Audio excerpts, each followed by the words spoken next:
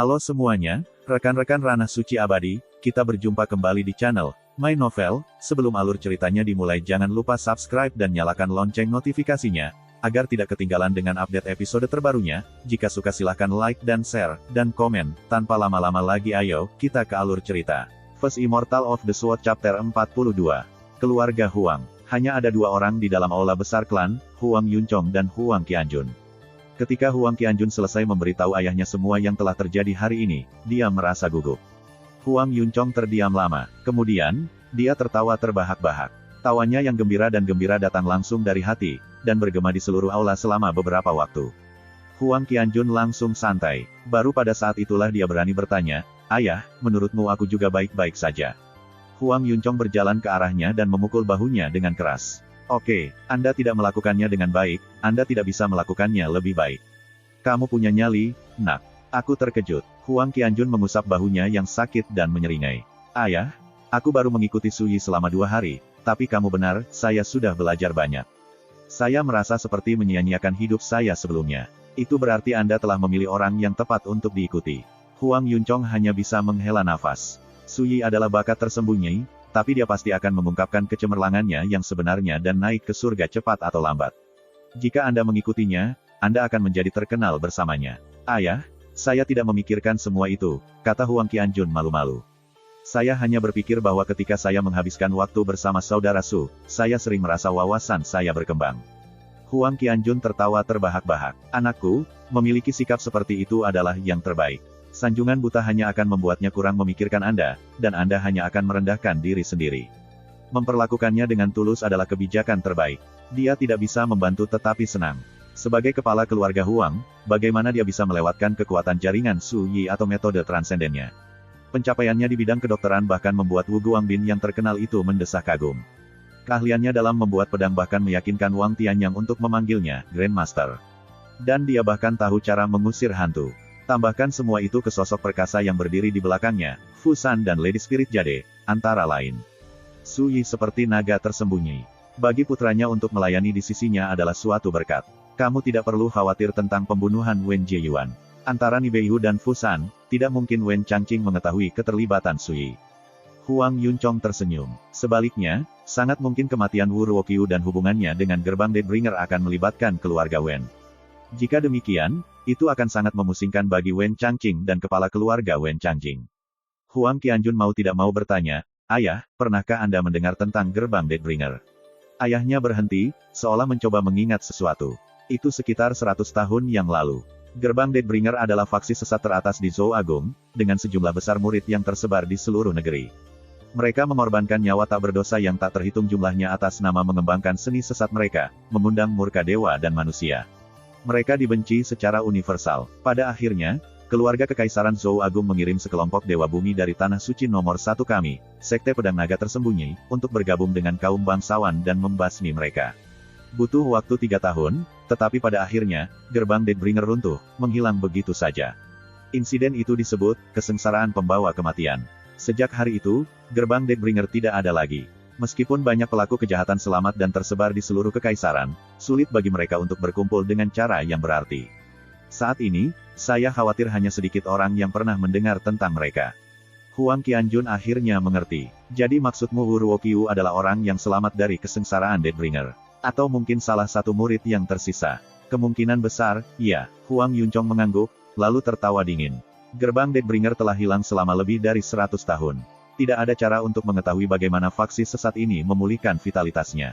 Tapi ada satu hal yang berani saya katakan dengan pasti, para penyintas hanya berani beroperasi di balik kegelapan dan di balik pintu tertutup, bersembunyi seperti tikus karena takut ketahuan. Jika ditemukan, semua orang akan bersatu melawan mereka. Dia berhenti, lalu melanjutkan, jika Wen Changqing benar-benar mengetahui tentang Wu Ruoqiu selama bertahun-tahun, itu sama saja dengan berkolusi dengan orang-orang yang selamat dari gerbang pembawa kematian. Kejahatan seperti itu sudah cukup untuk mengundang bencana ke seluruh keluarga Wen. Mata Huang Qianjun bersinar, dan dia dengan gembira menggosokkan kedua tangannya. "Ayah, ketika Fu San mengetahui tentang ini, apakah dia akan mengambil kesempatan untuk memberi pelajaran pada keluarga Wen?" Huang Yunchong terdiam sesaat, lalu menggelengkan kepalanya. Di masa lalu, penemuan seperti itu memang akan memberikan pukulan besar bagi keluarga Wen, tetapi sekarang berbeda. Mengapa demikian? Karena keluarga Wen akan memiliki murid Grandmaster di antara mereka. Terlepas dari dirinya sendiri, suara Huang Yunchong mengungkapkan sedikit kecemburuan. Bahkan dia tidak dapat menduga bahwa Wen Lingzhao akan memenangkan hati Zhu Guqing begitu lama setelah memasuki Akademi Asal Surga, apalagi menjadi muridnya. Status setinggi itu sudah cukup untuk mengintimidasi bahkan penguasa kota. Gelombang emosi mengalir di hati Huang Qianjun, dan dia tidak bisa tenang. Dia akhirnya mengerti betapa beratnya gelar murid Grandmaster sebenarnya. Perkebunan Tuan Kota. Ketika dia mendengar laporan Ni Beihu, Tuan Kota Fusan yang terpelajar hanya bisa mengangguk. Kamu menangani insiden ini dengan baik. Wen Changqing dan putranya tahu tentang Wu Ruoqiu, namun merahasiakannya. Mereka mengundang bencana ke seluruh keluarga mereka. Fu San tertawa dingin. Dia secara alami tahu tentang organisasi bejat, gerbang Deathbringer juga. Tuan Kota, akankah kita memanfaatkan kesempatan ini untuk menempatkan keluarga Wen di tempatnya? Ni Beihu berbisik, matanya berkedip. Ini bukan waktu yang tepat.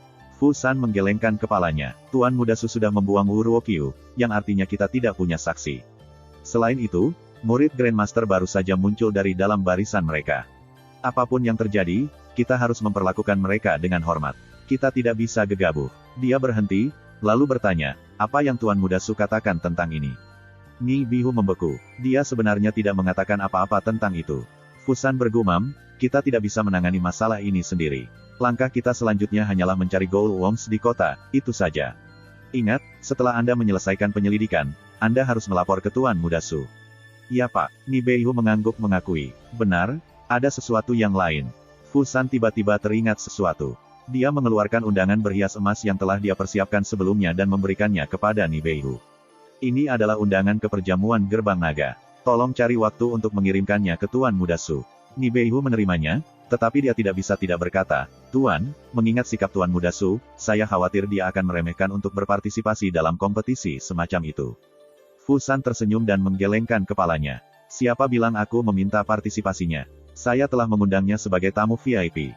Dia bisa menonton dan mengomentari kehebatan bela diri para pemuda bersama kami. Ni Beihu langsung mengerti, Tuan Kota Fu San berencana menggunakan ini sebagai kesempatan untuk menjembatani kesenjangan antara dia dan Su Yi. Tiba-tiba, seorang penjaga mendekat dan melaporkan, Tuan Kota, kepala keluarga Wen Changqing dan tetua kedua Wen Changqing telah datang meminta audiensi. Bawa mereka masuk, kata Fu San seenaknya, lalu tertawa. Komandan Ni, mengapa kamu tidak menebak mengapa mereka ada di sini? Ni Beihu juga tertawa, lalu menjawab tanpa ragu. Tidak diragukan lagi mereka ada di sini untuk melepaskan diri dari hubungan apapun dengan gerbang Deathbringer. Lagi pula, jika tuduhan itu melekat, bencana bisa terjadi kapan saja. Fu San mengangguk setuju. Selain itu, kemungkinan besar mereka akan sangat meminta dukungan kita untuk membawa Wu Ruoqiu ke pengadilan. Lagi pula, mereka tidak bisa membiarkan kematian putra Wen Changqing tidak dihukum. Seperti yang diharapkan, ketika Wen Changqing dan Wen Changqing tiba dan mengumumkan niat mereka, persis seperti yang diharapkan Fu San. Fu San sudah lama mengambil keputusan. Dia akan memulihkan reputasi mereka dan bekerja sama dengan mereka dalam upaya menangkap Wu Ruoqiu. Malam itu, pengawal tua penguasa kota dan penjaga keluarga Wen mengambil tindakan, menjelajahi kota untuk mencari sesuatu yang mencurigakan. Ini membuat seluruh kota menjadi gempar dan menarik banyak perhatian. Tapi semua ini tidak ada hubungannya dengan Su Yi. Angin malam bertiup kencang, dan sinar bulan sejernih air. Su Yi berdiri di halaman, dan setelah mengebor teknik pemurnian tubuh pinus dan derek beberapa kali, dia mengangkat Mortal Edge dan mulai berlatih seni pedangnya. Wosh, wosh, wosh. Sosoknya yang tinggi dan kurus tiba-tiba menjadi sangat halus seperti makhluk immortal. Pedangnya bergerak bersamanya, garis-garis cahaya pedang berhamburan seperti bintang jatuh, bunga api beterbangan saat saling bersilangan. Dia secepat kilat, bayangan sekilas. Langit malam yang tenang beriak seperti air, seolah-olah pedang panjang itu mengiris cahaya bulan itu sendiri. Di bawah cahaya lembutnya, sebuah bayangan samar muncul dan menghilang, seperti nyala api yang berkedip-kedip. Cepat, terlalu cepat, pedang ilusi tumpang tindih, dan cahaya pedang bergeser dengan anggun. Bahkan Su Yi sendiri tampak sekilas dan halus, sulit untuk dilihat. Ini adalah Sutra Pedang Sukacita. Dengan sepenuhnya menguasai jiwa kepahlawanan Anda bisa menghembuskan angin gembira. Inti dari sutra ini menjadi bebas dan tidak terkekang seperti angin, tidak terkendali dan kemana-mana sekaligus, tanpa ketinggian yang tidak dapat Anda capai atau tempat yang tidak dapat Anda tuju. Sutra Pedang Bersukacita hanya mencakup 6 gerakan.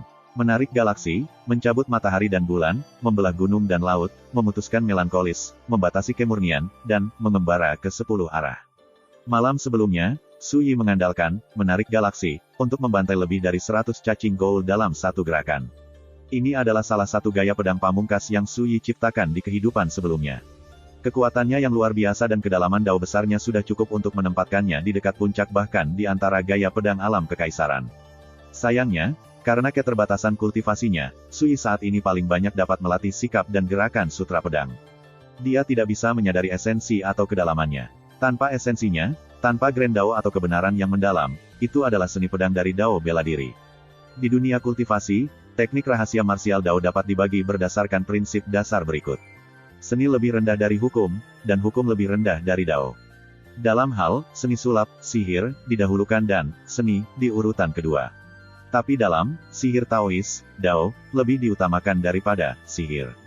4 alam Dao bela diri mewakili pelepasan kematian secara bertahap, dan seni bela diri yang dapat digunakan para ahlinya belum sepenuhnya melepaskan diri dari duniawi.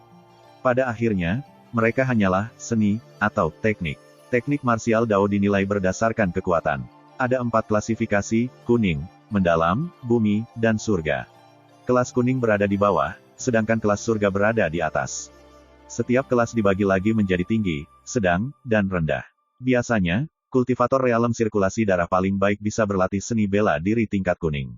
Dari sini, Anda dapat menyimpulkan bahwa akumulasi Ki, tungku dalam, dan kultivator Anas Rafa masing-masing berhubungan dengan tingkat yang dalam, bumi, dan surga. Bahkan jika Anda melemparkan seni bela diri tingkat tinggi ke penggarap alam sirkulasi darah, dengan kultivasi mereka akan kesulitan menyadari kekuatan penuhnya. Singkatnya, dalam hal seni bela diri tingkat tinggi tidak selalu lebih baik. Mereka harus sesuai dengan kultivasi Anda saat ini. Tentu saja, selalu ada segelintir jenius mengerikan yang melanggar aturan ini dan melewati batas kultivasi mereka untuk menguasai teknik tingkat tinggi. Misalnya, Sutra Pedang Sukacita Su Yi sedang berlatih. Meskipun itu hanya dianggap sebagai seni, jika kamu benar-benar mencoba menilainya, kamu akan menemukan bahwa itu jauh melebihi teknik biasa. First Immortal of the Sword Chapter 43. Setelah waktu yang dibutuhkan untuk menyeduh sepoci teh.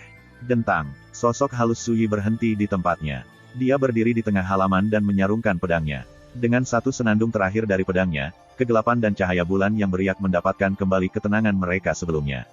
Menyenangkan, mata Su Yi berbinar, dan dia merasa mabuk, tanpa hambatan. Mengapa dia menyebutnya pedang kegembiraan? Tubuhnya seperti kaca berwarna, hatinya seperti matahari dan bulan, bercahaya namun tenang. Dia bersukacita, baik tubuh maupun pikiran. Inilah salah satu alasan Su Yi begitu setia pada Dao Pedang. Setelah mandi, Su Yi kembali ke kamarnya, mengambil teh ginseng yang telah diseduh sebelumnya, dan menghabiskan isi cangkirnya. Cairan itu langsung menghilangkan kelelahannya. Kemajuan saya di tahap refining sinyu terasa lebih lambat daripada di tahap refining muskel, pikir Su Yi sambil diam-diam mengamati perubahan halus tubuhnya. Tapi sekarang setelah saya tinggal di klinik aprikot, saya tidak kekurangan obat-obatan herbal. Selama saya mempertahankan tingkat peningkatan ini, saya akan mencapai penyelesaian penuh dari tahap refining sinyu dalam sebulan. Tapi bagaimanapun juga, saya harus mengumpulkan persediaan obat-obatan spiritual sebelum saya mulai memurnikan tulang. Saya tidak punya harapan untuk mengeraskan kerangka saya ke tingkat sumsum seperti embun beku, dengan hanya mengandalkan ramuan obat biasa. Su Yi hanya bisa menghela nafas. Dia awalnya berencana untuk berjalan-jalan melalui pegunungan Azureklut.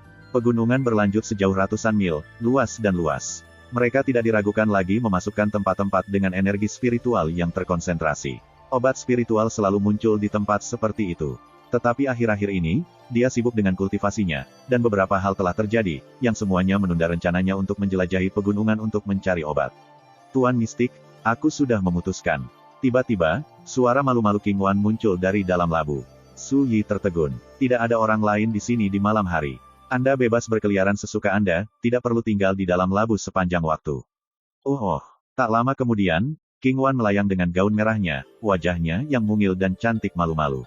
Dia berbisik, Tuan Mistik, tanpa perintahmu, aku tidak berani pergi tanpa izin. Cukup, Anda tidak harus begitu pendiam. Ini tidak seperti saya penjahat, mengapa kamu begitu gelisah? Su Yi menggelengkan kepalanya. Dia tahu bahwa setiap kali dia melihatnya, dia membeku seperti kelinci yang terkejut, sangat takut dia tidak berani bernapas terlalu keras. Dia berbicara dengan malu-malu juga. Ketika tatapan mereka bertemu, matanya dipenuhi dengan teror dan kekaguman. Dia membuatnya tampak seperti dia menggertaknya secara teratur. Terlepas dari kata-katanya, dia masih tampak berhati-hati. Su Yi tidak mau repot untuk melanjutkan masalah ini, jadi dia berkata, apa yang kamu putuskan? King Wan meremas tinjunya, seolah berusaha membangun keberanian, tetapi pada akhirnya, dia masih tidak berani menatap tatapan Sui. Tuan Mistik, saya tidak memiliki ingatan sebelum saya mati. Saya tidak ingin meninggalkan dunia ini tanpa mereka, jadi, Sui menyelesaikan kalimatnya untuknya. Jadi, kamu telah memilih untuk berkultivasi dan melihat apakah kamu dapat memulihkan ingatanmu yang hilang. King Wan buru-buru mengangguk. Memehm, tenang, gumam Sui. Bahkan jika kamu tidak dapat memulihkannya sendiri, aku akan membantumu. Dari saat dia pertama kali melihat King Wan, dia menemukan bahwa meskipun dia hanya hantu kelas terendah, hanya jiwa yin, tubuh jiwanya sangat murni. Tambahkan fakta bahwa dia telah melupakan hidupnya, dan Sui menyadari bahwa ada sesuatu yang tidak biasa tentang dirinya, yang menarik minatnya. Terima kasih, Guru Mistik. Mata cerah King Wan bersinar dengan rasa terima kasih. Matanya benar-benar indah, besar, dengan kedalaman yang bisa membuatmu tersesat. Sudut matanya agak miring, dia memiliki sepasang mata Phoenix yang cerah. Saat mata seperti itu tersenyum, mereka sangat memikat, dengan pesona bawaan. Sayangnya, dia masih terlihat seperti wanita muda di usia remaja. Dia cantik dan murni, tetapi kurang pesona dewasa. Namun demikian, tidak dapat disangkal bahwa dia akan berkembang menjadi tipe kecantikan mengerikan yang dapat menjatuhkan suatu bangsa. Dia masih punya banyak ruang untuk tumbuh. Pertama, aku akan mengajarimu mantra pengantar untuk Sutra Asura 10 arah. Ini seharusnya cukup untuk meredam tubuh jiwa Anda dan mengubah Anda, selangkah demi selangkah, dari jiwa yin menjadi hantu. Saat dia mengatakan ini, dia duduk di depan mejanya, mengeluarkan kertas dan kuas, dan mulai memercikkan tinta ke halaman. Setelah menjadi hantu, tubuh jiwa hantu begitu terkonsentrasi, mereka tidak perlu lagi takut akan sinar matahari. Mereka bisa berjalan melalui dunia fana dengan cara yang sama seperti orang lain. Ini adalah satu-satunya cara untuk melangkah dengan benar ke jalur kultivator hantu. Selanjutnya, kultivator hantu berbeda dari kultivator biasa, kekuatan jiwa mereka adalah sumber dari tubuh jasmani mereka. Mereka tidak perlu meredam daging, darah, atau ki mereka seperti seniman bela diri biasa. Jadi, setelah menjadi hantu, mereka bisa langsung masuk ke Origin Dao. Tetapi berevolusi dari jiwa yin menjadi hantu tidaklah mudah. Pertama, dia harus menjadi hantu, lalu hantu. Hanya dengan begitu dia bisa menjadi hantu. Tak lama kemudian, Sui meletakkan kuasnya dan menunjuk ke teknik kultivasi yang baru ditulis. Lihatlah, King Wan dengan hati-hati mendekat, tidak berani terlalu dekat dengan Sui. Dia menundukkan kepalanya dan fokus pada teks. Sesaat kemudian, dia menghembuskan napas dan berkata, Mystic Master, saya sudah menghafalnya. Secepat itu, Sui terkejut. Dia menatapnya, tatapannya jernih dan polos, tapi dia terdengar agak bingung. Aku tidak tahu mengapa, tapi aku mengingat semuanya dalam sekejap. Sekali baca, dan saya ingat setiap kata tanpa ada penyimpangan. Sui mengangkat alisnya. Kekuatan pemahamanmu ternyata sangat bagus. Dalam hal ini, saya akan melanjutkan dan menjelaskan misteri yang mendalam. Mengingat ingatanmu, mengingatnya seharusnya tidak sulit. Dia kemudian mulai dengan menjelaskan nama tekniknya.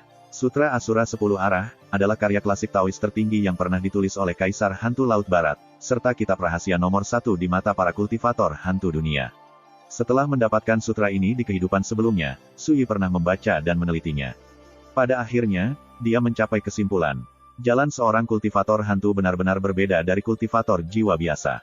Tidak peduli seberapa lemah tubuh kedagingan seorang kultivator jiwa, mereka masih hidup, bernafas, manusia. Mereka menggunakan darah, ki, dan kultivasi mereka untuk memelihara dan meredam jiwa mereka. Kultivator hantu, sebaliknya, berjalan di jalan orang mati. Saat mereka mengalami metamorfosis, jalan mereka membawa mereka ke dunia bawah. Ambil Kaisar Hantu dari Laut Barat. Dia secara teratur mengklaim dirinya sebagai utusan dunia bawah. Sui juga tidak asing dengan Dao dunia bawah. Kemampuannya untuk bereinkarnasi dan mengolah lagi melibatkan konsep misterius seperti samsara dan kelahiran kembali, keduanya adalah bagian dari Netherworld Dao. Tidak berlebihan untuk mengatakan bahwa jika King Wan berkultivasi bersamanya, bahkan jika kesuksesannya mengecewakan, dia setidaknya akan setara dengan Kaisar Hantu Laut Barat. Tak lama kemudian, Sui menjelaskan seluk-beluk teknik kultivasi secara rinci. Apakah kamu punya pertanyaan lain? King Wan menutup matanya dan berpikir sejenak, lalu menggelengkan kepalanya. Mystic Master, sepertinya metode kultivasi ini tidak terlalu sulit untuk dipahami. Sui menatapnya dalam-dalam. Mulai sekarang, kamu akan mengolah sutra ini. Tingge Dewa di labu pemelihara jiwa di siang hari. Pada malam hari, Anda dapat berkeliaran dengan bebas di dalam halaman, tetapi Anda tidak boleh mengambil satu langkah pun di luar temboknya tanpa perintah saya. Ya, King Wan dengan patuh mengakui perintahnya. Menghadapi Sui, seolah-olah dia tidak tahu apa itu penolakan dan perlawanan. Su Yi berbalik dan tidak menghiraukannya lagi. Dia berbaring, dan tak lama kemudian, dia tertidur lelap. Larut malam, semuanya diam. King Wan menunggu lama, seolah membangun keberanian. Akhirnya, dia mengangkat keliman gaunnya dan dengan hati-hati melayang keluar ruangan dan duduk di atas pohon belalang tua. Kain merah gaunnya bergoyang tertiup angin. Kakinya tidak bersepatu, memperlihatkan kulit putih dan jari kakinya yang tampak seperti diukir dari batu giok putih. Dia menendang kakinya di udara saat dia menikmati angin malam. Akhirnya, dia benar-benar santai. King Wan melihat ke atas melalui cabang-cabang dan mengintip ke langit berbintang yang diterangi cahaya bulan, matanya yang besar bersinar dengan gembira. Bibir merah mudanya terbuka, dan dia menyenandungkan lagu yang merdu dan halus. Seorang raja zaman dahulu melakukan tur ke Laut Barat dan bertemu dengan Elder of Draconic Awe yang terpencil. Dia pergi ke utara, memasuki gua roh di Gunung Immortal, dan mencuri jimat spiritual Yu yang agung. Tetapi teks pamungkas langit dan bumi tidak dapat diungkapkan dengan enteng. Kecuali keberuntungan sejalan, Anda tidak bisa memaksanya. Mereka yang mencoba akan kehilangan tanah airnya. Saat dia menyenandungkan bagian terakhir, dia membeku. Kesedihan dan kesedihan yang tak terlukiskan mengalir melalui dirinya. Saya tidak pernah belajar lagu ini. Jadi mengapa saya bisa menyenandungkannya? Mungkinkah itu terkait dengan ingatanku yang hilang? Wanita muda bergaun merah itu memandang diam-diam ke langit malam, tatapan bingung di matanya. Meskipun dia tidak menyadarinya, Su Yi berdiri di dekat jendelanya, tangannya di belakang, memperhatikan sosok mungil berbaju merah di atas pohon belalang. Cahaya aneh melintas di matanya. Lautan Barat, Penatua Draconic Awe, Gua Roh, dan jimat Yu yang agung yang dicuri. Lagu yang sangat menarik. First Immortal of the Sword Chapter 44. Pagi keesokan harinya, di luar kota Guangling, di hutan Murbei yang melapisi Great Azure. Langit belum cerah, tapi Huang Qianjun sudah berdiri di sana, menunggu. Hanya ketika fajar baru saja menyingsing, dia melihat sosok yang dikenalnya di kejauhan. Seorang pemuda jangkung dan kurus sedang berjalan ke arahnya. Pakaiannya berwarna batu giok, dan dia tampak tenang dan terlepas dari dunia duniawi. Itu Su Yi, kakak Su. Huang Qianjun tersenyum dan bergegas menyambutnya. Dia membawa sarapan dalam kotak kayu per yang sangat indah dan sepanci anggur tua yang dipanaskan. Kamu belum makan, kan? Ini kaldu tulang dan sarapan yang disiapkan juru masak kami, sementara ini dari gudang anggur ayahku. Ini vintage 30 tahun. Huang Qianjun tertawa riang. Su Yi tertegun. Sisihkan mereka untuk saat ini. Tidak akan terlambat untuk menikmatinya setelah saya selesai berkultivasi. Dengan itu, dia berjalan ke hutan Murbei dan, mengabaikan yang lainnya, mulai berlatih teknik pemurnian tubuh pinus dan derek. Huang Qianjun menunggu di dekatnya. Dia tahu bahwa teknik Su Yi luar biasa, tapi dia tidak bisa memahami kedalamannya. Itu sebabnya dia tetap tenang, reaksinya tidak seperti keterkejutan yang ditunjukkan Xiao Tianque atau Xi Jin hari itu. 2 jam penuh berlalu sebelum Su Yi menyelesaikan latihannya. Huang Qianjun buru-buru membuka kotak makan, mengeluarkan sup dan sarapan, dan mengaturnya di atas batu terdekat.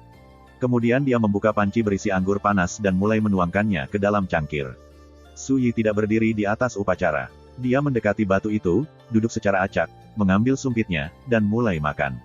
Apakah kamu tahu mengapa aku memintamu untuk menemuiku di sini hari ini? Dia bertanya. Huang Qianjun menggelengkan kepalanya. Aku sudah memikirkannya, tapi aku belum tahu kenapa. Tirai dibuka di perjamuan gerbang naga hanya dalam 2 minggu. Akhir-akhir ini, kamu mengikutiku dan bekerja di sisiku, jadi tentu saja aku tidak bisa membiarkanmu tampil terlalu buruk di jamuan makan.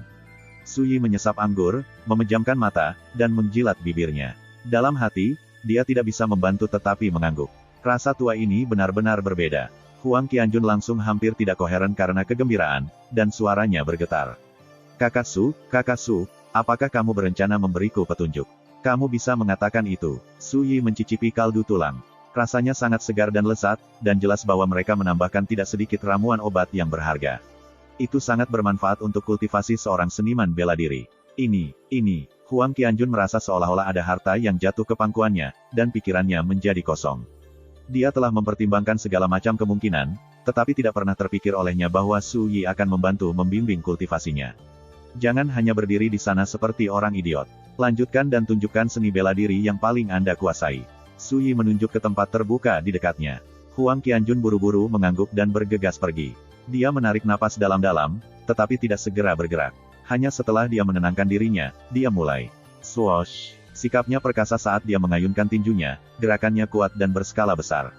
Ini adalah teknik pamungkas dari keluarga Huang, tinju 6 harmoni niat bentuk. Su Yi makan dan minum sambil menonton, tetapi lambat laun, dia kehilangan nafsu makan. Dia juga tidak mau minum lagi. Alisnya menyatu. Pada saat Huang Qianjun telah menjalankan seluruh tinju 6 harmoni niat bentuk, Su Yi memegangi kepalanya, dan dia merasakan sakit kepala datang. Kakak Su, saya menyelesaikan latihan saya. Huang Qianjun dipenuhi keringat, dan semangatnya bergetar karena antusiasme. Fondasimu dalam martial Dao hampir tidak bisa dilewati, tetapi pencapaianmu dalam seni bela diri kurang. Tidak, mereka benar-benar berantakan. Su Yi menghela nafas. Dia hampir tidak tahan melihat latihan Huang Qianjun.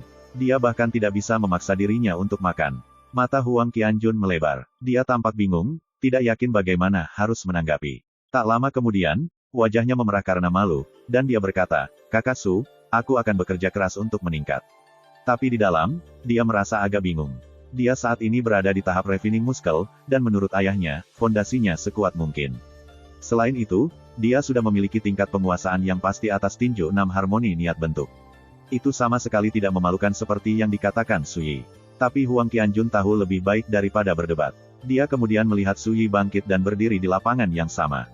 Apa artinya, membentuk kemauan? Anda membutuhkan, bentuk, dan niat. Tinju 6 keharmonisan niat bentuk adalah keharmonisan pikiran dan kehendak dan ki dan kekuatan, bahu dan pinggul, lutut dan siku, serta tangan dan kaki. Serangan mendarat seketika, diluncurkan dengan kekuatan penuh bahkan 1 inci dari target mereka. Saat dia berbicara, dia melompat ke dalam tindakan, menguraikan teknik yang baru saja dilakukan Huang Qianjun, tinju 6 harmoni niat bentuk keluarga Huang. Dia meninju, memutar, berbalik, dan menerjang. Gerakannya kencang dan kompak, tubuhnya seperti tali yang melilit. Dengan setiap gerakan, momentumnya tumbuh sampai dia sekuat gunung, kuat dan sangat kuat. Namun di tengah semua gerakan ini, langkahnya setegas bajak baris, dan ketika dia berdiri, kakinya seperti terpaku ke tanah. Dia tegas tapi tidak kaku, fleksibel tapi tidak lembut. Bahkan saat posisinya meregang, gerakannya tetap stabil dan kuat. Murid Huang Qianjun menyempit, dan hatinya bergetar. Ingat, inti dari teknik tinju ini adalah ungkapan, bentuk dan niat sebagai satu kesatuan. Yang berwujud dan tidak berwujud hidup berdampingan, dan ketegasan dan kelembutan bertepatan, memberikan keseimbangan antara gerakan dan ketenangan. Setiap kali Anda memukul, bayangkan diri Anda mengangkat palu dewa untuk memukul genderang surga, suaranya mengejutkan langit dan mengguncang bumi, mengejutkan jiwa semua orang yang mendengarnya. Dari kejauhan, Huang Qianjun melihat Su Yi melontarkan pukulan seolah mengangkat gunung atau mengguncang gerbang surga, atau bahkan, seolah mengayunkan palu besar ke genderang langit. Momentum sombong itu mengguncang Huang Qianjun sampai ke intinya. Dia menahan napas, kulitnya menegang, dan rambutnya berdiri tegak. Dia hanya menonton dari kejauhan, tetapi momentumnya sendiri sudah menawan. Apakah itu benar-benar tinju 6 harmoni niat bentuk keluarga Huang kita? Huang Qianjun terguncang, sedemikian rupa sehingga dia hampir menggigit lidahnya. Dia tampak bingung.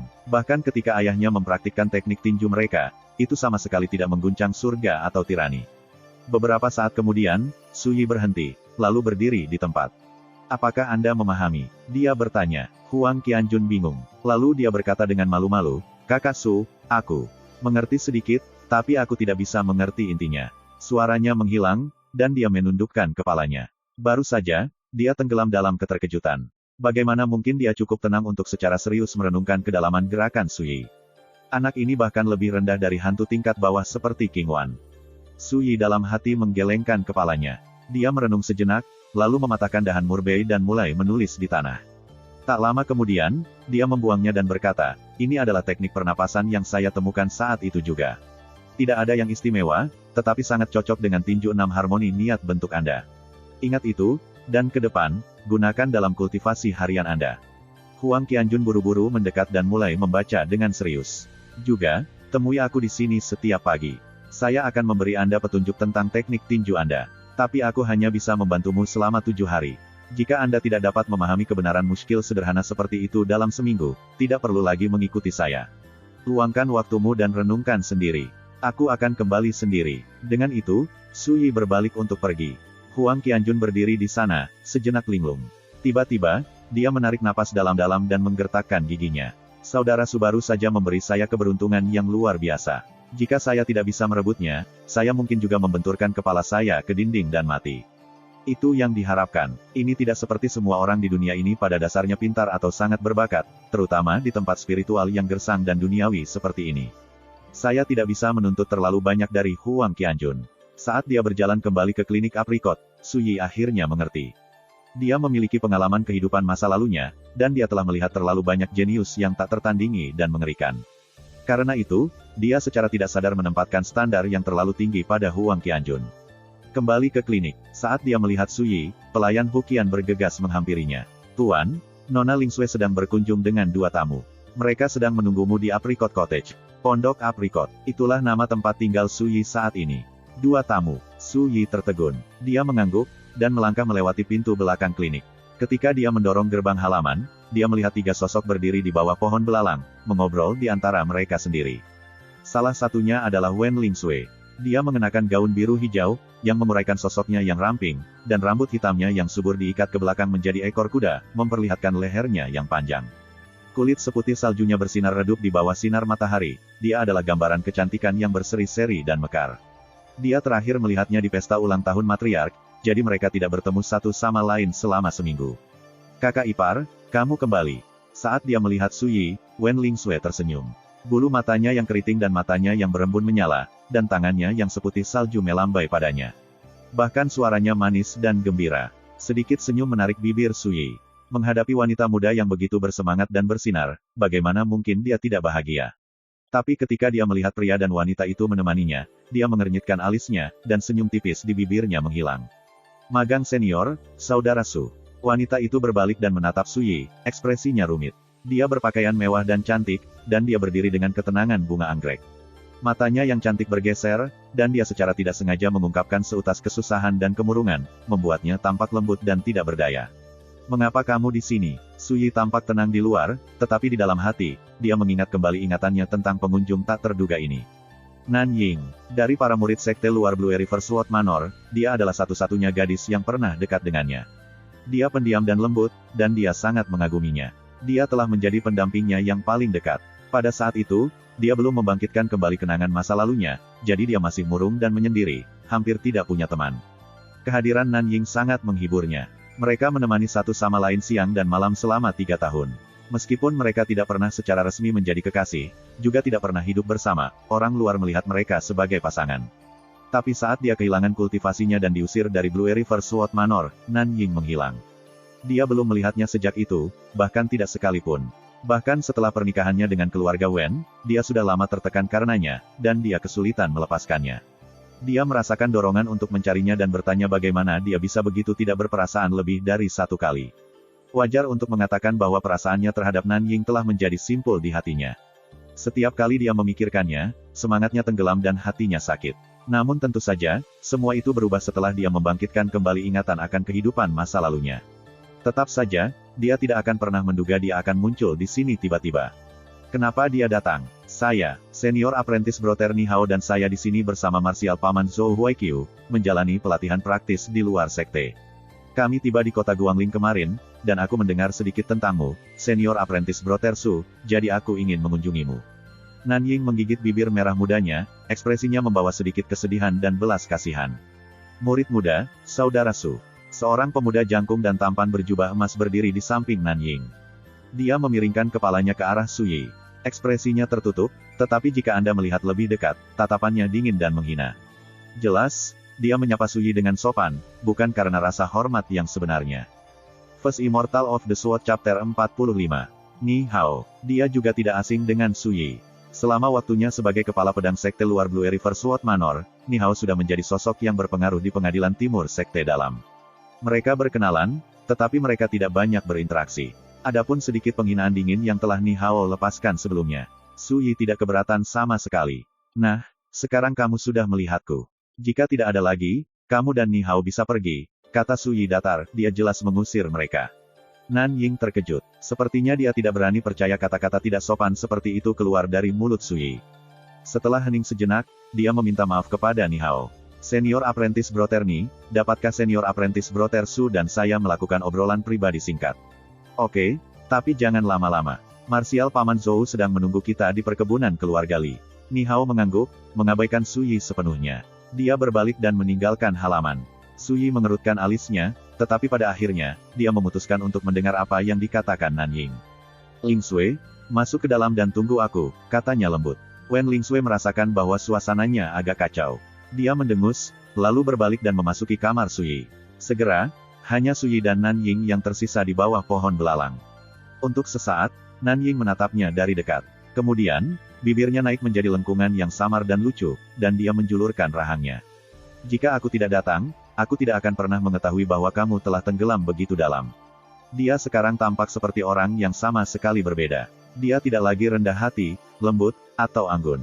Raut wajahnya yang cantik berkerut dengan kebanggaan dan penghinaan yang tak terselubung. Seberapa agung sekte luar mantan kepala pedang Blue River Sword Manor? Siapa yang berani percaya bahwa Anda akan berakhir sebagai menantu laki-laki yang dipermalukan, sasaran lelucon kota Guangling? Nanying terkikik. Sehat. Bagaimana rasanya? Mengerikan, bukan? Jadi, kamu datang ke sini untuk menjadi saksi atas rasa maluku. Alis Suyi terangkat. Dia tidak bisa membantu tetapi mengejek dirinya sendiri. 3 tahun. Bagaimana mungkin aku membayangkan wanita yang berubah-ubah dan tidak bisa dipercaya seperti dia begitu lama? Betul sekali. Aku datang ke sini untuk menertawakanmu. Nanying bahkan tidak berusaha menyangkalnya.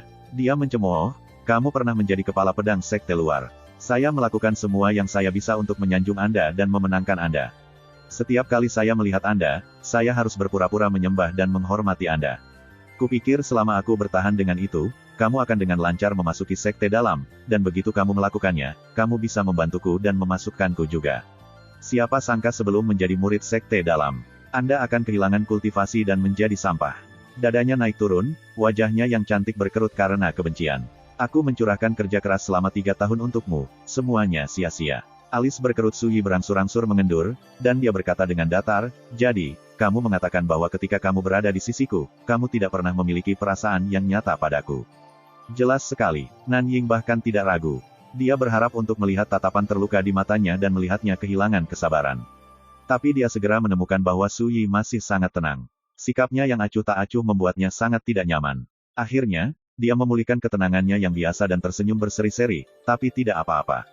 Setelah Anda direduksi menjadi sampah, saya menemukan orang lain. Senior Apprentice Brother Nihao dan saya bersama sekarang. Dia adalah murid pengadilan timur Sekte Dalam, sosok yang sangat memesona di Blue River Sword Manor, pria terbaik saat ini. Bahkan sebelum kecelakaan Anda bahkan tidak layak membawa sepatunya. Dan dengan bantuannya, saya memasuki sekte dalam setengah tahun yang lalu. Posisiku saat ini jauh melebihi menantu yang lumpuh sepertimu. Semakin dia berbicara, dia tampak semakin puas diri, jelas bahwa dia sengaja mencoba memprovokasi dan mempermalukan Suyi. Tapi yang mengejutkannya, ekspresi Suyi tidak terlalu bergejolak. Apakah kamu tidak punya sesuatu untuk dikatakan? Nanying hanya bisa bertanya. Aku hanya merasa sedikit kasihan pada Nihao, kata Suyi dengan santai. Dia hanyalah alat bagimu. Anda pasti akan menendangnya keluar dari pintu begitu Anda menemukan seseorang yang lebih baik untuk dipegang teguh. Nanying membeku, lalu tersenyum tipis. Suyi, oh, Suyi. Aku terkejut, sepertinya kamu sudah jauh lebih pintar sejak terakhir kali kita bertemu. Kamu benar, tapi tidak mungkin aku akan mengakuinya kepada siapapun sekarang. Suyi mengangguk. Aku bisa mengerti itu. Kamu tidak mengerti apa-apa. Nanying tertawa dingin. Saya baru menjadi murid sekte dalam setengah tahun yang lalu. Jika Anda tidak menyia-nyiakan 3 tahun hidup saya bisa melakukannya lebih cepat. Suyi menghela nafas pada dirinya sendiri. 3 tahun itu, saya yakin buta. Wanita ini tidak hanya berubah-ubah, dia hanyalah pelacur yang akan menggunakan segala cara yang diperlukan untuk naik pangkat lebih tinggi. Suyi memikirkannya, lalu berkata dengan serius, metode dan kelihayanmu masih kurang. Seseorang yang benar-benar cakap tidak akan mengungkapkan sifat jelek mereka yang sebenarnya hanya untuk melampiaskan sedikit kebencian. Bahkan pelacur yang paling palsu dan paling berhati hitam pun harus mempertahankan penampilan luar yang indah. Sebagai tanggapan, Nanying hanya menyeringai, memamerkan giginya. Jadi, kamu akhirnya meledakkan dirimu dan menggunakan penghinaan. Izinkan saya memberitahu Anda, di mata orang lain, saya lembut, rendah hati, murni, dan perhatian. Bahkan beberapa anggota generasi sekte sebelumnya telah mengembangkan perasaan terhadapku. Bahkan jika menantu laki-laki lumpuh sepertimu mengatakan aku pelacur, siapa yang akan percaya padamu? Dia tertawa dengan kegembiraan yang tak tertandingi. Junior Apprentice Sister, sudah larut. Suara Nihao ditransmisikan dari luar halaman. Tiba-tiba, senyum Nanying memudar, begitu pula dengan kekejaman, kebencian, dan kebenciannya. Ekspresi kekhawatiran samar dan kecantikan yang rentan menggantikan mereka. Sikapnya sederhana, dan dia sangat cantik, anggun, dan anggun. Suyi menggelengkan kepalanya. Siapa yang mengira semua ini adalah akting? Suyi, kamu dan aku sudah menjadi bagian dari 2 dunia yang berbeda. Tidak peduli seberapa pahit atau tidak relanya perasaan Anda, yang dapat Anda lakukan hanyalah menginap di bawah atap orang lain seperti semut dan terus hidup dalam kemerosotan. Di masa depan, saya pasti akan melejit menjadi terkenal, mencapai ketinggian yang hanya bisa Anda lihat tetapi tidak pernah tercapai. Nanying mendekat, tatapannya tidak berperasaan dan acuh tak acuh. Ingat, bisiknya, jangan beritahu siapapun tentang apa yang terjadi hari ini, atau siapa yang tahu apa yang akan kulakukan. Dia tersenyum tipis, lalu berbalik untuk pergi. Tentu saja, bahkan jika kamu memberitahu orang-orang, tidak ada yang akan percaya menantu laki-laki yang lumpuh seperti kamu. Su Yi menyaksikan kepergiannya. Dia tidak bisa menahan diri untuk tidak menggosok hidungnya dan tertawa. Ini yang terbaik, jika tidak ada yang lain, dia telah melepaskan salah satu simpul mentalnya.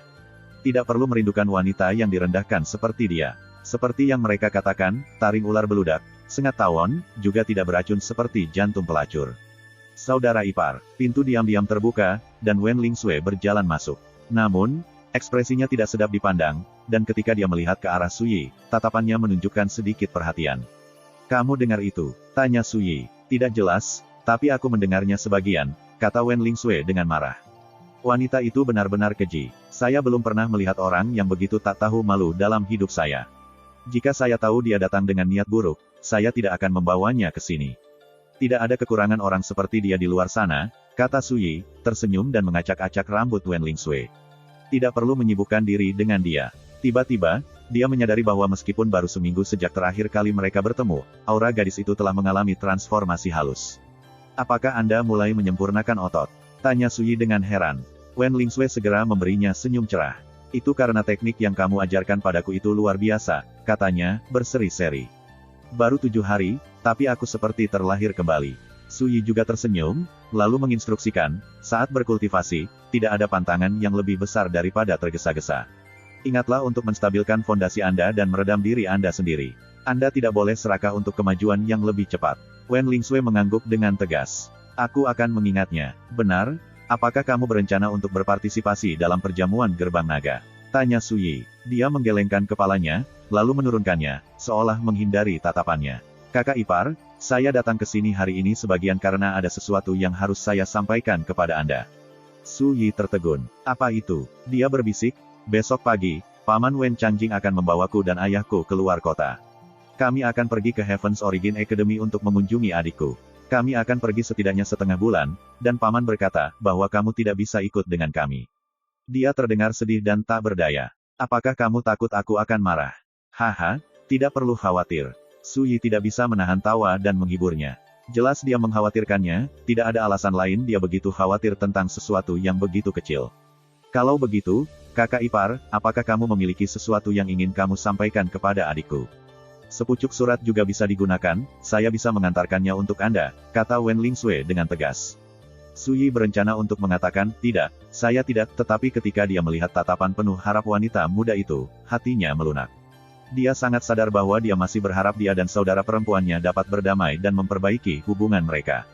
Sayangnya, meskipun dia tidak mengetahuinya, dia dan Wen Lingzhao menganggap satu sama lain sebagai orang asing. Tidak ada keretakan di antara mereka, juga tidak ada hubungan yang harus diperbaiki. Alasan mereka terasing, alasan mereka tidak tahan satu sama lain, adalah pernikahan mereka sendiri. Keluarga Sudari Jade Capital telah secara paksa melakukan intervensi dari bayang-bayang, dan ibu pemimpin keluarga Wen bekerja sama, membuat Wen Lingzhao tidak punya pilihan selain menikah. Tidak adil seperti itu. Tapi dia juga tidak ingin menikah dengan keluarga Wen. "Bagaimana dengan ini? Anda bisa mengantarkan surat untuk saya." Su Yi memikirkannya, lalu masuk ke kamarnya dan buru-buru menulis sebaris teks. Ketika dia kembali, dia membawa sebuah amplop tertutup, yang dia berikan kepada Wen Lingsue. "Kamu seharusnya merasa lebih percaya diri sekarang, kan?" katanya sambil tersenyum. Wen Lingsue menerima amplop itu dan menyimpannya dengan hati-hati. Saat dia akan pergi, Su Yi memberinya satu instruksi terakhir. "Ingat, kamu tidak boleh mengajari kakakmu seni rahasia yang kuberikan padamu. Jangan khawatir, kakak ipar. Rahasia itu tetap ada di antara kita, tidak mungkin aku memberitahu orang lain." Wen Lingsue melambai, lalu melompat dengan gembira. Wen Changjing akan mengunjungi Wen Lingzhao di Heaven's Origin Academy, dia mungkin tidak berencana untuk berpartisipasi dalam perjamuan gerbang naga sama sekali.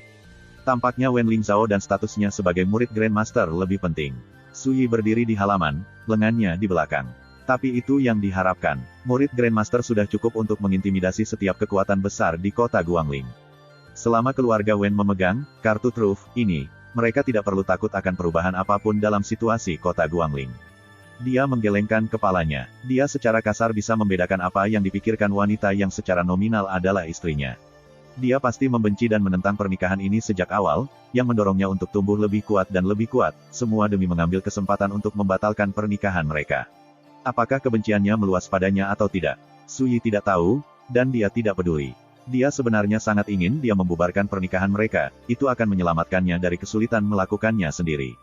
Tiba-tiba, suara steward Hukuan terdengar dari luar gerbang halaman. "Tuan, ada tamu di sini untuk menemui Anda." First Immortal of the Sword Chapter 46. Pengunjung baru ini adalah anak dari Ni Beihu, Ni Teng. Su Yi pernah bertemu dengan pemuda pemberani ini sebelumnya, di rumah pertemuan Immortal. Meskipun dia masih memiliki beberapa keburukan masa muda, dia berdarah panas dan memahami rasa terima kasih. Bagian dari dirinya itu, setidaknya, telah memenangkan persetujuan Su Yi. "Kakak Su, ayahku menyuruhku mengantarkan undangan ini untukmu." Saat Ni Teng memasuki halaman, dia menyapanya dengan sungguh-sungguh, lalu menyodorkan kartu berhias emas dengan kedua tangannya. "Tuan Kota Fusan menyiapkan ini hanya untukmu. Dia berharap Anda dapat bergabung dengan kami di perjamuan gerbang naga berikutnya sebagai tamu VIP." Terlepas dari dirinya sendiri, Su Yi terkejut. Dia merenungkannya, lalu menerima kartu itu. "Aku akan menerima ini untuk saat ini. Adapun apakah saya memilih untuk hadir, itu akan tergantung pada apakah saya punya waktu luang atau tidak." Ni Teng menghela napas, lalu berkata, "Kakak Su, ada satu hal lagi. Tadi malam, Tanah Tuan Kota bergabung dengan keluarga Wen untuk mencari petunjuk tentang Gold Worms. Kami sudah menemukan 2 peternakan cacing. Keduanya telah dihancurkan." Dia berhenti, lalu melanjutkan, "Kita seharusnya bisa mencari semua lokasi yang mencurigakan di dalam kota dalam waktu 3 hari. Ayah mengatakan kepada saya untuk memberitahu Anda bahwa Anda tidak perlu terlalu memikirkan hal ini, dan jika ada perkembangan, dia akan meminta saya memberi tahu Anda." Su Yi memeriksa pemuda yang sopan dan terkendali di hadapannya dengan sedikit keterkejutan. Tiba-tiba, dia tertawa. "Ayahmu benar-benar memikirkan hal ini. Baiklah, itu saja, cepat kembali dan laporkan ke ayahmu." Tapi Ni Teng ragu-ragu, seolah berjuang untuk mengatakan sesuatu. Akhirnya, dia menguatkan dirinya dan berkata dengan suara rendah, "Kakak Su, ayahku juga menyuruhku untuk mengikutimu dan belajar darimu. Kami harap Anda tidak menyimpan dendam atas kekasaran saya saat pertama kali bertemu di rumah pertemuan Immortal." Saat dia mencapai akhir, dia terdengar malu-malu dan canggung. Tidak ada yang seperti perhatian orang tua terhadap anaknya, keluh Su Yi. Tetapi ketika dia mengingat ayahnya di masa hidupnya saat ini, Su Hongli, dia tidak merasakan apa-apa selain kebencian dan kemarahan yang tak terlupakan. "Obsesi ini berjalan terlalu dalam, itu sudah tertanam akar di hatiku. Aku harus menyelesaikan ini cepat atau lambat, atau penyesalanku yang berkepanjangan akan membuat hatiku tidak stabil." Su Yi menggelengkan kepalanya, mengesampingkan pikirannya yang tersebar, dan bertanya dengan santai, "Dan bagaimana perasaanmu tentang pengaturan ayahmu?" Ni Beihu benar-benar telah banyak membantunya. Meskipun Ni Beihu telah mengambil semuanya sendiri, Su Yi tidak bisa menolak niat baiknya. Selain itu, tanpa bantuan Ni Beihu tadi malam, dia tidak mungkin memuluskan kematian Wen Jieyuan dengan begitu mudah. Dengan demikian, Su Yi sebenarnya bersedia untuk setidaknya mempertimbangkan apakah Ni Teng layak untuk dirawat atau tidak. Ni Teng terdiam, tiba-tiba berkonflik dalam hati. Setelah beberapa saat, dia mengertakkan gigi dan berkata, "Saya tidak ingin mengikuti pengaturan ayah saya. Saya masih muda, dan saya tidak ingin meminjam kekuatan orang lain untuk berkultivasi. Bahkan jika rintangan di jalanku membuatku patah dan memar, aku ingin pergi sendiri." Kata-katanya sangat kuat dan tegas. Akhirnya, dia menarik napas dalam-dalam, dan matanya bersinar dengan kerinduan dan tekad. "Bahkan jika kerja kerasku tidak berarti apa-apa, selama aku mengikuti kata hatiku, aku tidak akan menyesal." Mata Su Yi berkilat dengan sedikit kekaguman. Anak muda harus memiliki ambisi yang begitu tinggi. Generasi yang lebih tua mungkin tidak menyukai hal-hal seperti itu, tetapi mereka sudah lama kehilangan semangat muda, semangat berdarah panas, dan tekad sepenuh hati. Pahlawan dan kecantikannya masih muda. Dari sekian banyak tokoh sejarah yang gagah berani, siapa yang tidak pernah menjadi pemuda yang luar biasa? Su Yi menghela nafas, dan pikirannya ada di tempat lain. Ketika dia melihat kemudaan Ni Teng yang bersemangat, dia mengingat masa mudanya sendiri di kehidupan sebelumnya. Dia terbuka dan tegak, berpakaian biru, pedang di tangan saat dia melintasi seluruh penjuru dunia dengan menunggang kuda. Berhenti di jembatan miring, gedung-gedung penuh keindahan berlengan merah memberi isyarat padanya. Dia telah mabuk dengan kesenangan dunia. Ni Teng tertegun, dan sedikit bingung. Su Yi jelas seumuran denganku, memberi atau menerima. Mengapa dia terdengar seperti seorang penatua yang mengenang masa mudanya yang telah berlalu? Kembalilah dan beritahu ayahmu bahwa aku mengagumi keputusanmu, dan bahwa dalam 10 tahun, selama aku tetap berada di dalam perbatasan Zhou Agung, kamu bebas datang kepadaku dengan masalah apapun yang tidak dapat kamu selesaikan sendiri. Saya akan membantu Anda hingga 3 kali. Dengan itu, Su Yi meletakkan tangannya di belakang, berbalik, dan berjalan kembali ke kamarnya. Dia bergumam pada dirinya sendiri, tidak ada senioritas atau peringkat antara burung pipit dan angsa. Saya mungkin memakai kapas dan minum seperti orang biasa, tetapi penguasa seperti Peng besar yang terbang di tengah awan. Dia membenci tidak lebih dari surga yang terlalu rendah untuk dia terbangi. Sekarang, aku juga masih muda. Seperti puisi lama, saya harus memiliki semangat yang dibutuhkan untuk menggunakan surga sebagai pantai saya saat mencapai batas samudera, dan menjadi puncak baru saat mencapai puncak gunung. Niteng berdiri di sana, bingung, saat Su Yi menghilang ke kamarnya. Ketika dia akhirnya sadar, dia melambai, lalu berbalik dan berlari dengan penuh semangat. Dia akhirnya bisa menjawab ayahnya. Kota Guangling, keluarga Li. Di aula yang mereka gunakan untuk menyambut tamu. Saudara Zhou, dengan hadirnya Anda di perjamuan gerbang naga tahun ini, kami pasti akan menarik perhatian yang tak terhitung jumlahnya. Lagi pula, statusmu cukup tinggi bahkan Tuan Kota Fusan harus memperlakukanmu dengan hormat, kata kepala keluarga Li Tianhan dengan senyum hormat. Zhou Huaiqiu duduk di sisi lain ruangan. Dia melambai dan berkata dengan datar, saya kebetulan lewat dan berpikir saya akan mengambil kesempatan ini untuk melihat kehebatan pemuda Guangling dan Cloudfall Cities untuk diri saya sendiri. Saya akan menyerahkan pengelolaan jamuan ke City Lord Fu. Rambut dan kumisnya mulai beruban, dan jubahnya hanya kain sederhana. Dia tampak agak tua, tetapi ketika matanya terbuka dan tertutup, matanya berkilat dengan ketajaman yang mengintimidasi. Hahaha, kakak Zhou, kamu terlalu rendah hati. Anda adalah sesepuh sekte dalam Blue River Sword Manor, dan Anda telah mencapai kesempurnaan dalam 13 posisi pedang Blue Epeak.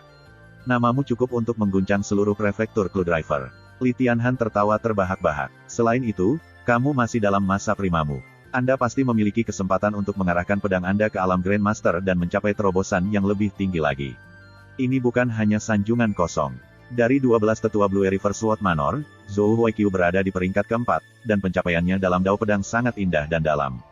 Di prefektur Clue Driver, mereka menghormatinya sebagai penatua pedang Blue Epeak. Alam Grandmaster, tatapan Zhou Huaiqiu menjadi sedikit berkabut, dan dia menghela nafas. Itu level yang sulit dijangkau, lebih sulit daripada mencapai langit biru. Saya telah terjebak di puncak alam akumulasi Ki selama 19 tahun sekarang, namun saya baru saja mencapai ambang alam Grandmaster. Siapa yang tahu berapa tahun perjuangan pahit yang harus saya lewati melalui pintu itu. Saat dia berbicara, Ni Hao yang tampan, berjubah emas, dan Nan Ying yang cantik dan lembut, berbaju putih, berjalan berdampingan. Kamu mengunjungi Su Yi, kan?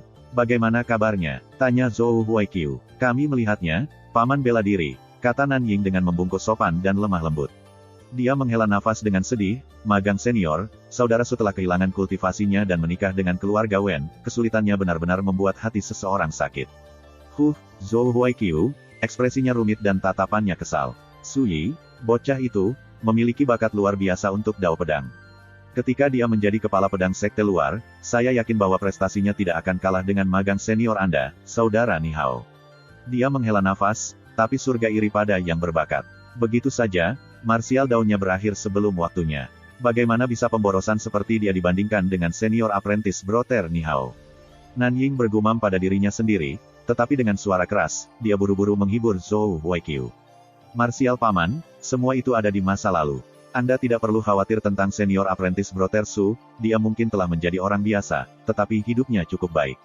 Zhou Huaiqiu mengangguk. Itulah mengapa saya tidak pergi mengunjunginya, saya takut saya akan mengembalikan kenangan menyakitkan dan membuatnya merenungi kultivasinya yang hilang.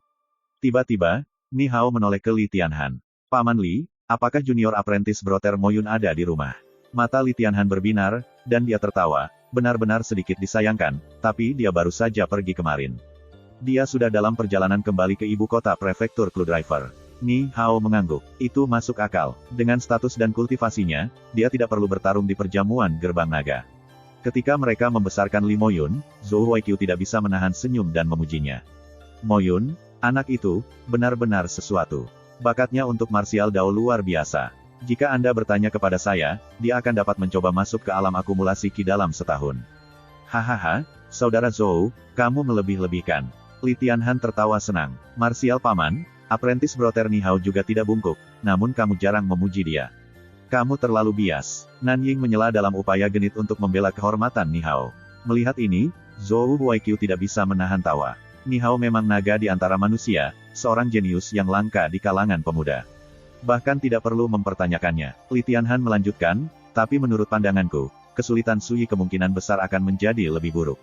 Zhou Huaiqiu mengerutkan alisnya. Mengapa kamu mengatakannya? Mata Li Tianhan berkilat. Setahu saya, istrinya, Wen Lingzhao, akan menjadi murid langsung Grandmaster Su Guqing, dan dia adalah kecantikan yang menakjubkan dengan banyak pengagum di Heaven's Origin Academy. Beberapa putra dari keluarga bangsawan telah mengumumkan bahwa mereka berencana untuk sepenuhnya menyingkirkan Su Yi dari sisinya. Dia berhenti, lalu mendesah dengan emosi. Mengingat situasinya, hari-hari mendatang tidak mungkin mudah bagi Su Yi. Anda bertanya kepada saya, dan jangan pedulikan yang lain, keluarga Wen sendiri cenderung semakin tidak memikirkannya. Sangat mungkin bahwa sesuatu yang tidak menguntungkan akan menimpanya. Mata Zhou Huaiqiu menyipit, dan dia terdiam. Dia merasa kasihan pada Su Yi dan kesialannya yang akan datang, tetapi tangannya terikat. Meskipun sedikit merasa bersalah, Zhou Huaiqiu tidak merasa cukup kuat untuk melawan murid Grandmaster, dan tentu saja tidak mungkin dia terlibat dalam urusan keluarga Wen. Untuk satu hal, itu terdengar seperti masalah. Di sisi lain, memperluas jangkauannya mungkin malah mengundang bencana ke dirinya. Dia tidak bisa menyalahkan orang lain untuk ini. Jika dia ingin menyalahkan seseorang, dia harus menyalahkan dirinya sendiri. Dia sama sekali tidak layak untuk wanita seperti Wen Lingzhao, kata Ni Hao dengan datar. Mari kita tidak membahas ini lebih jauh, kata Zhou Huaiqiu dengan lambaian, terlihat sedikit kesal. Li Tianhan tersenyum, tetapi di dalam pikirnya, sepertinya semua orang membuat prediksi yang sama. Mereka telah menyadari bahwa setelah Wen Lingzhao menjadi murid Grandmaster, Su Yi yang cacat itu secara efektif telah tamat. Cukup, sekarang saya hanya harus menunggu dan melihat kapan Mo Yun bergerak. Mulai hari itu, Zhou Huaiqiu, Ni Hao, dan Nan Ying tinggal di perkebunan keluarga Li. Mereka berencana untuk tinggal di sana sampai setelah perjamuan Gerbang Naga. Pagi keesokan harinya, kepala keluarga Wen Changjing, Wen Changtai, Qin King, dan Wen Lingsui meninggalkan kota Guangling untuk mengunjungi Wen Lingzhao. Dari awal hingga akhir, hanya Wen Lingsui yang repot-repot menyebutkan hal ini kepada Su Yi. Yang lain mengabaikan calon suami Wen Lingzhao sepenuhnya. Su Yi secara alami tidak keberatan. Dia berjalan di sepanjang sungai, tubuhnya yang tinggi bermandikan sinar matahari yang lembut. Saat dia mendekati hutan Murbei, dia melihat bahwa kali ini, ada dua orang yang menunggunya. First Immortal of the Sword Chapter 47. Mereka adalah Huang Yunchong dan Huang Qianjun, ayah dan anak. Setelah linglung singkat, Su Yi mengerti. Memang, Huang Yunchong bergegas, ekspresinya berterima kasih. Tuan Muda Su, kemarin saya mengetahui bahwa Anda mengajari putra saya seni rahasia yang mendalam dan misterius. Saya kaget dan tersanjung, jadi saya datang ke sini untuk mengungkapkan rasa terima kasih saya secara langsung. Saat dia berbicara, dia membungkuk dengan sungguh-sungguh di pinggang. Su Yi dengan tenang menerima rasa hormat ini. Teknik pernapasan yang dia buat di tempat kemarin tidak terlalu tinggi atau mendalam, tetapi bagi keluarga Huang, yang mempraktikkan tinju 6 harmoni niat bentuk, itu adalah pukulan keberuntungan yang luar biasa. Huang Yunchong jelas sangat menyadari apa yang diwakilinya bagi keluarga Huang. Akan lebih aneh jika dia tidak datang untuk mengucapkan terima kasih. Itu bukan apa-apa, semudah mengangkat tangan saya. Jika tidak ada yang lain, silakan pergi. Saat dia berbicara, Su Yi berjalan ke hutan Murbei dan mulai berlatih teknik pemurnian tubuh pinus dan derek. Sikapnya agak dingin dan cuek, tapi Huang Yunchong sama sekali tidak keberatan. Setelah mendengar putranya menceritakan teknik pernapasan yang diajarkan Su Yi kepadanya, dia benar-benar kehilangan ketenangannya. Dia tidak bisa lebih bersyukur lagi. Ketika dia akhirnya tenang, dia mencapai satu kesimpulan. Dengan teknik pernapasan ini, keluarga Huang akan naik ke ketinggian baru. Mereka akan mencapai tingkat yang sama sekali baru. Ini adalah sesuatu yang bahkan tidak berani diimpikan oleh Huang Yunchong di masa lalu. Dao tidak bisa diajarkan dengan enteng, dan hukum tidak boleh diwariskan dengan santai. Di Zhou Agung, satu teknik pernapasan yang kuat sudah cukup untuk mengubah nasib seluruh klan. Nak, ingat apa yang aku katakan kemarin. Anda harus bekerja keras. Jangan mengecewakan Tuan Muda Su setelah semua yang dia lakukan untuk melatihmu. Huang Yunchong menarik napas dalam-dalam dan menepuk bahu Huang Qianjun. Kemudian, dia menoleh ke Su Yi yang jauh, yang sibuk melatih seni bela dirinya, dan mengepalkan tinjunya. Akhirnya, dia berbalik dan pergi dalam diam. Apa yang dia katakan padaku kemarin? Huang Qianjun tidak bisa tidak mengingat kata-kata serius yang diucapkan ayahnya di depan tablet peringatan leluhur mereka. Nak, kamu masih muda, dan kamu tidak mengerti pentingnya seni rahasia ini. Izinkan saya memberitahu Anda secara langsung bahwa teknik ini saja sangat berbobot, setiap generasi keluarga Huang akan mengingat kebajikan ini. Ini adalah pertama kalinya Huang Qianjun melihat ayahnya begitu serius. Ini juga pertama kalinya dia menyadari bahwa, hanya dengan mengikuti Su Yi dan bertindak sebagai bawahannya, dia secara tidak sengaja memberikan kesempatan kepada seluruh klannya untuk mengubah takdir mereka. Apakah ini yang mereka maksud ketika mereka mengatakan, ketika satu orang memperoleh Dao, bahkan anjing dan ayam mereka naik ke surga? Huang Qianjun melirik Su Yi, yang sedang berlatih seni bela diri tidak jauh dari sana. Penghormatan yang belum pernah terjadi sebelumnya mengalir di dalam hatinya. Kakak Su benar-benar luar biasa. Setelah menyelesaikan kultivasi hariannya, Su Yi berjalan mendekat dan melihat sarapan panas dan minuman yang telah disiapkan Huang Qianjun untuknya. Apakah ada obat spiritual dalam kaldu tulang hari ini? Lubang hidung Su Yi melebar. Dia mencium sesuatu yang berbeda di dalam sup. Kakak Su, ayahku berkata bahwa untuk minggu depan, pelayan kami akan menyiapkan obat spiritual untukmu sekali sehari. Dengan itu, Huang Qianjun mengeluarkan kantong bersulam dan menyerahkannya. Ini berisi 50 batu roh. Itu adalah tanda terima kasih keluarga Huang, dan kami harap Anda akan menerimanya. Jika Anda menolak, ayah saya tidak akan membiarkan saya melewati pintu. Tangkai obat spiritual sehari. 7 hari berarti total 7 tangkai. Tambahkan itu ke 50 batu roh, keluarga Huang benar-benar tidak mengeluarkan biaya. Su Yi tertegun meskipun dirinya sendiri.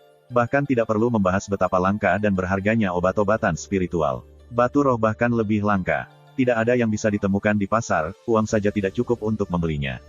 Sepengetahuan Su Yi, 3 klan besar kota Guangling masing-masing memiliki kurang dari 100 batu roh. Namun sekarang, keluarga Huang telah menawarkan 50 batu roh sekaligus. Huang Yuncong sebenarnya cukup pintar. Dia tahu bahwa nilai teknik pernapasan yang baik jauh melebihi harta karun seperti ini. Su Yi menggelengkan kepalanya, lalu mengesampingkan pikiran itu dan mulai makan dan minum. Huang Qianjun, sementara itu, memasuki tempat terbuka terdekat dan mulai berlatih tinju 6 harmoni niat bentuk. Saat dia menyelesaikan latihannya, Su Yi menunjukkan beberapa ketidaksempurnaan, lalu pergi. Pondok Aprikot. Dengan batu roh ini, untuk sementara aku bisa mengesampingkan rencanaku untuk mengambil obat di pegunungan Azureklut. Su Yi menuangkan isi kantong bersulam itu ke atas mejanya. Batu roh berkilauan, jernih dan transparan, memancarkan gelombang spiritual. Meskipun semuanya hanyalah batu roh tingkat 1, kelas terendah, mereka sudah sulit ditemukan di Great Zhou yang mandul secara spiritual. Tidak buruk. Dengan batu roh ini, saya bisa mencapai puncak tahap penghalusan otot dalam waktu 2 minggu. Bibir Su Yi melengkung ke atas dengan sedikit senyuman. 1 hari berlalu, lalu hari lainnya. Kehidupan Su Yi tenang tapi memuaskan. Tidak ada yang terjadi untuk membangkitkan gelombang apapun. Ketika dia tidak berkultivasi, dia kadang-kadang melihat pasien, mengaudit buku besar, dan mengumpulkan keuntungan. Dan di malam hari, ketika semuanya diam, dia akan memanggil hantu King Wan yang cantik tapi bodoh dan mengajarinya dalam kultivasinya.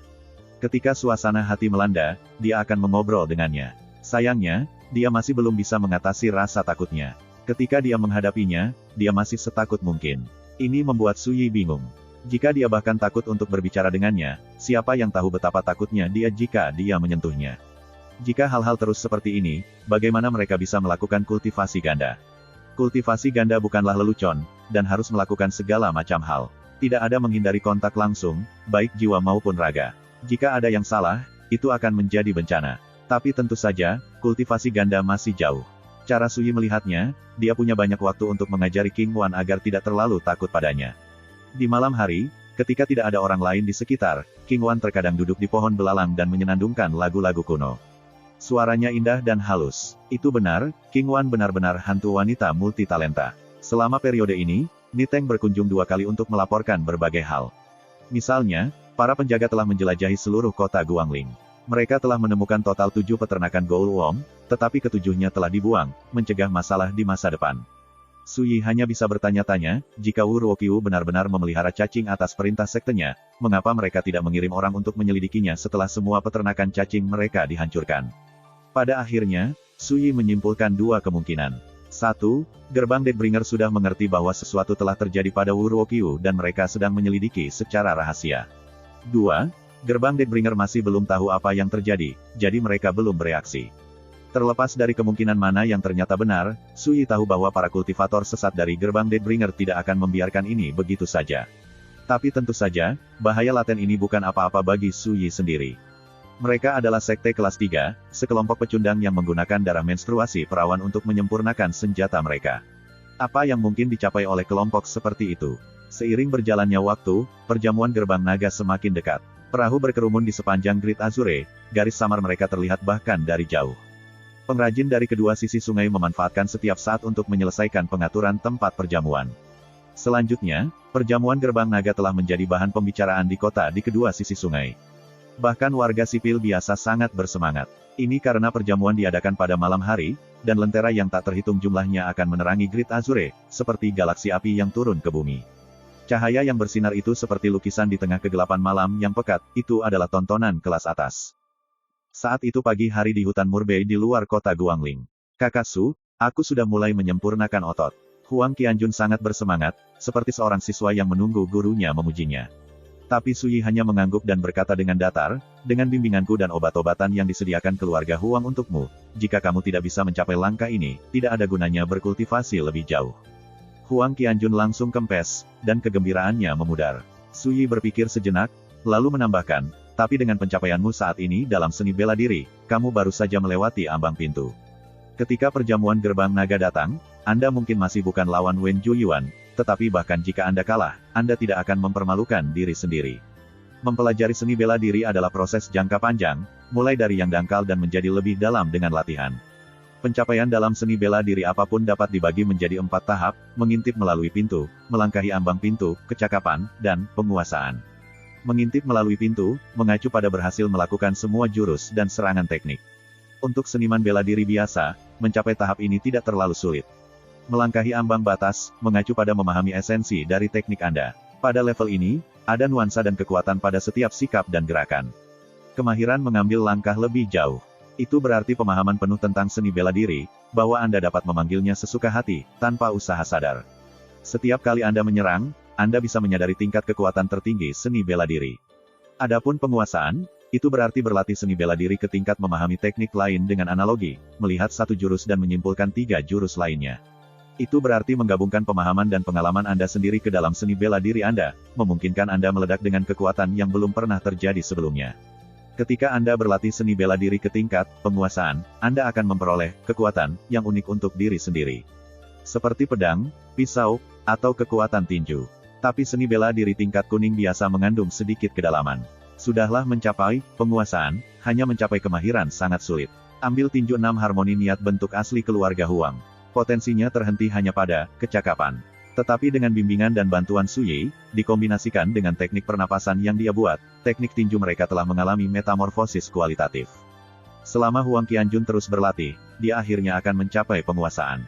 Kakak Su, gorden di perjamuan gerbang naga dibuka hanya dalam 3 hari. Apakah Anda berencana untuk datang? Huang Qianjun hanya bisa bertanya. Itu tergantung pada perasaanku saat itu, kata Suyi dengan santai. Dia telah kehilangan jejak berapa banyak diskusi Dao yang mengguncang surga yang telah dia ikuti. Siapapun yang memenuhi syarat untuk bergabung adalah sosok yang mulia dan perkasa yang terkenal di seluruh dunia. Dia benar-benar tidak tertarik untuk berpartisipasi dalam acara kecil seperti perjamuan gerbang naga. Huang Qianjun sedikit kecewa. Jika saudara Su berpartisipasi, saya khawatir dia akan dengan mudah mengambil posisi nomor 1. Memikirkannya saja sudah memenuhi hatinya dengan kegembiraan. Huang Qianjun tiba-tiba sepertinya mengingat sesuatu. Kakak Su, kudengar salah satu tetua sekte Blue River Sword Manor, Zhou Huaiqiu, akan hadir. Jika siapapun yang melakukan pertunjukan spektakuler akan menerima tiket masuk langsung ke Blue River Sword Manor. Tatapannya dipenuhi kerinduan. Jadi, saya harap saya bisa tampil bagus. Bahkan jika saya tidak dapat mengambil tempat nomor 1, jika senior Zhou Huaiqiu menyukai saya dapat naik ke surga dalam 1 lompatan. Zhou Huaiqiu. Ketika dia mendengar nama yang akrab ini, Suyi sempat tercengang. Kenangan masa lalunya membanjiri pikirannya. Beberapa waktu kemudian, dia melirik Huang Qianjun, menggelengkan kepalanya, dan tertawa. Sejauh itukah ambisimu? Sungguh mengecewakan. Terima kasih, sampai jumpa di episode berikutnya.